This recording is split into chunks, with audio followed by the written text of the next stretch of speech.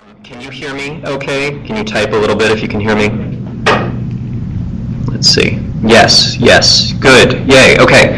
Hi, my name is Clayton Lord. I'm the Director of Communications and Audience Development at Theater Bay Area, which is based in San Francisco. We're an art service organization that specializes in theater and dance for the Bay Area, which makes us a bit of an odd fit to do what ended up being a national project in 6 cities across the country. And so very quickly, in about 15 to 20 minutes, I'm going to give you just a very quick overview of the work that we've been doing, and then I'm very excited to kind of have this conversation. So we're here today to talk about the impact of art and how we evaluate the impact of art. And for me, the impact of art started when I was 4 years old, and I was in a school play. I was in a school version of Where the Wild Things Are. And I'm too close to the mic. Okay, there we go. I was, let's see if that works, or if I just need to be quiet. When I was 4, I was cast as the lead in a production of Where the Wild Things Are at my preschool. And it's one of the only things that I remember from when I was that age. And it stuck with me in part because it was such a powerful artistic experience, and for some reason, and through a long trajectory, it eventually got me to an art service organization where I was communicating about stuff that was really at the core of why I think I remember that experience. Theater Bay Area's mission is here, and the most essential parts of it, for me at least, are these, which is that Theater Bay Area, at Theater Bay Area, we believe that the arts are an essential public good that's critical to a healthy democratic society and is essential for personal enrichment and growth. And as a communications director, I got extremely excited about the opportunity to communicate about this type of work in this way. And then when my boss and I started sitting down and talking about it, we realized that we didn't really have the tools or the language or the evaluative measures to actually talk about the arts like this. Because for the last 2 decades or more, all of our energy as an art service organization and as a field in general has been focused on evaluating economic success or numeric success in terms of people attending, or economic success for a whole community in terms of how much money you're bringing in for the restaurant down the street, things like that. And none of that stuff gets to the core of why we do what we do. And so we started asking our community a variety of different questions. And some of the questions, for example, what does the best art do? So if you can think about the best artistic experience you've ever had as a patron, and you can think back and you try and evaluate why that experience was so good and why it has stuck with you so strongly, a lot of times people have very visceral emotional reactions. We interviewed a set of patrons, and one of them, 3.5 years after seeing the show that he was talking about, actually welled up and started crying in the midst of this interview because he was so struck by this performance. And so art, in a very specific way, has a very, very strong impact on the individual. But in these interviews, one of the things that we figured out is that when you try and get very, very close to that core emotional and empathetic and intellectual impact, people become very inarticulate. They stop being able to really express and convey in intelligent terms exactly what is happening to them, simply because the experience is so strong. And so that is problematic, especially when you start talking about how you know your work is resonating as an artist or an arts administrator. So in a lot of cases, the way that artists or artistic directors know that a piece of art is working is that they sit in the audience with people and they just they feel the room. And that's really fantastic if you're an artist and you've been able to live your life in the artistic community and understand what it is when a performance is working or not working. But for people who are outside the arts, when you're trying to convey the resonance of that work, when you evaluate that work's success in a dramatic way or are trying to convey it to a funder, for example, it's really hard to say, well, I sat in the room and they said that I could tell that everyone felt like it was going well. And so right now, the way that we evaluate the success of our work most often is that we ask people, and we ask them to tell us their stories, and we ask them to explain what's going on within them, and to explain to us so that we can pass that on as a story to either a funder or a board member, someone like that. And that's great, and that is a good first step, but the problem is that for most of those people, for most of the funders and board members, when we're trying to convey our success to other people, what they really want is they want numbers, and they want concrete facts that we can work towards in a common way. And so this is David Kilpatrick. He is the executive director of the La Crosse Community Theater in La Crosse, Wisconsin, which is one of the organizations that we worked with. And he says, as artists and arts administrators, we've turned ourselves into bean counters because the people we deal with count beans. And for some artistic directors and, honestly, board members and managing directors and marketing directors at arts organizations, the reaction to this phenomenon is, well, we need to get them to stop counting beans. We need to start changing the way that they think about the power of what we do. And we need to get them to be more comfortable with the stories that we tell.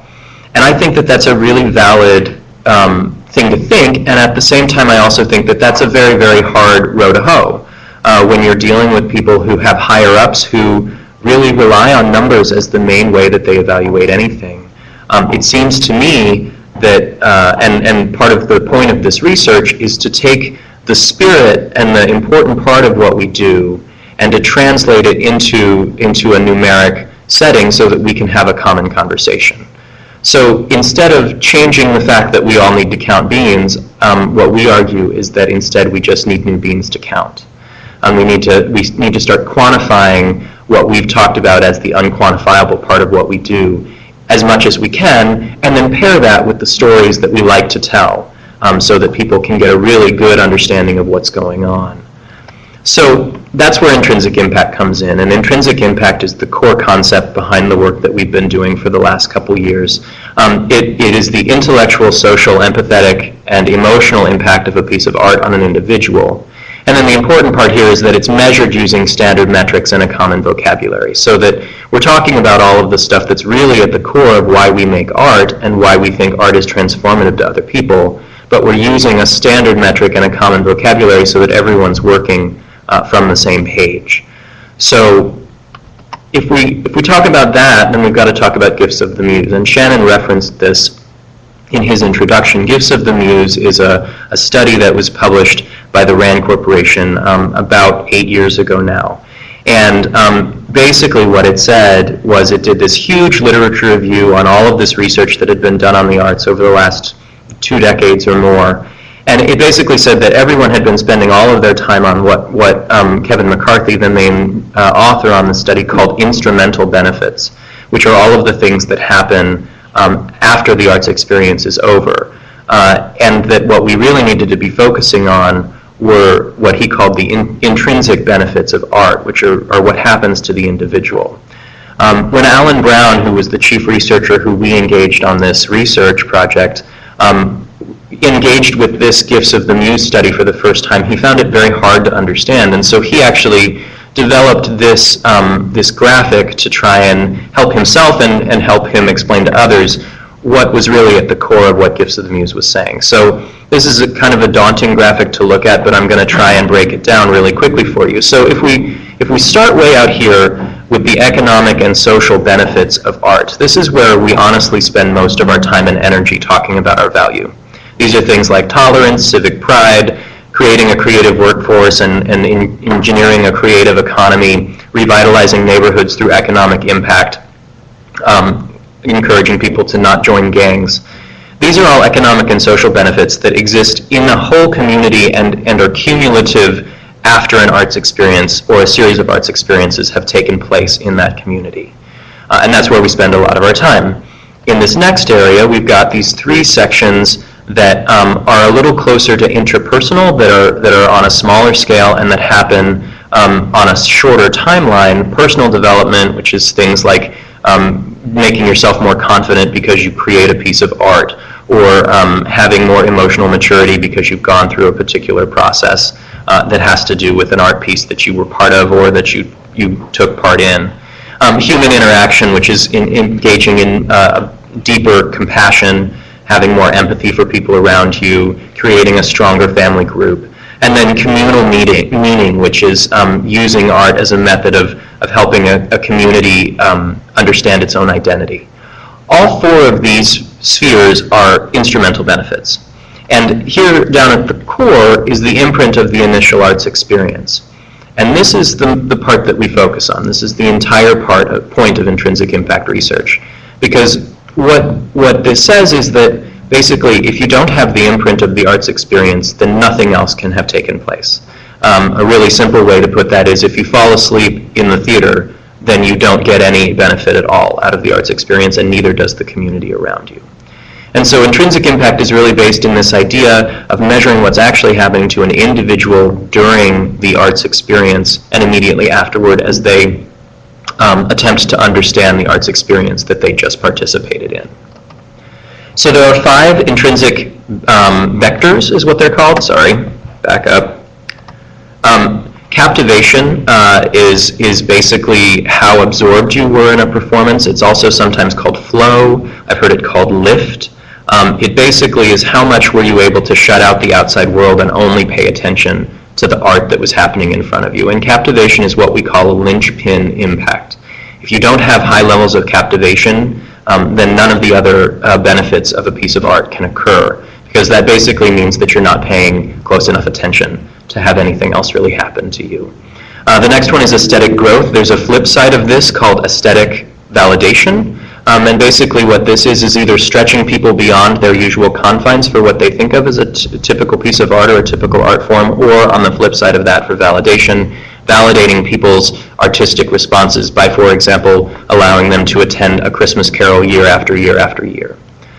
Social bridging and bonding, those are again 2 flip sides of the same coin. Social bridging means encouraging people to engage and become closer to people who are not like them. And social bonding means encouraging that same closeness with people who are like them, whether that's a family group or a particular ethnicity or age class or economic class. Then there's intellectual stimulation, which is exactly what it sounds like, and emotional resonance, which is also exactly what it sounds like. And those are both really about the impact that the art has on a little bit more of kind of a structural intellectual level, not as much in terms of the actual aesthetics. Oh, I'm going backwards now. Interesting. There we go. All right, so we got really excited about this, and we approached a lot of major funders around the country: Doris Duke Foundation, the National Endowment for the Arts, the Mellon Foundation, the Pew Center in Philadelphia, the San Francisco Arts Commission, the City of San Jose, and Theater Development Fund in New York City. And all told, we have had now 2 years of research funded to the tune of over $500,000 in order to try and understand how to measure this and how to bring it to scale so that arts organizations of all sizes across the country can begin to measure this and start using these numbers in their conversations. We had 18 theaters that were the initial participants in this study. This study was only with live theater, although intrinsic impact research has also now been done in music, opera, and dance, and will soon be implemented with museums as well. But these 18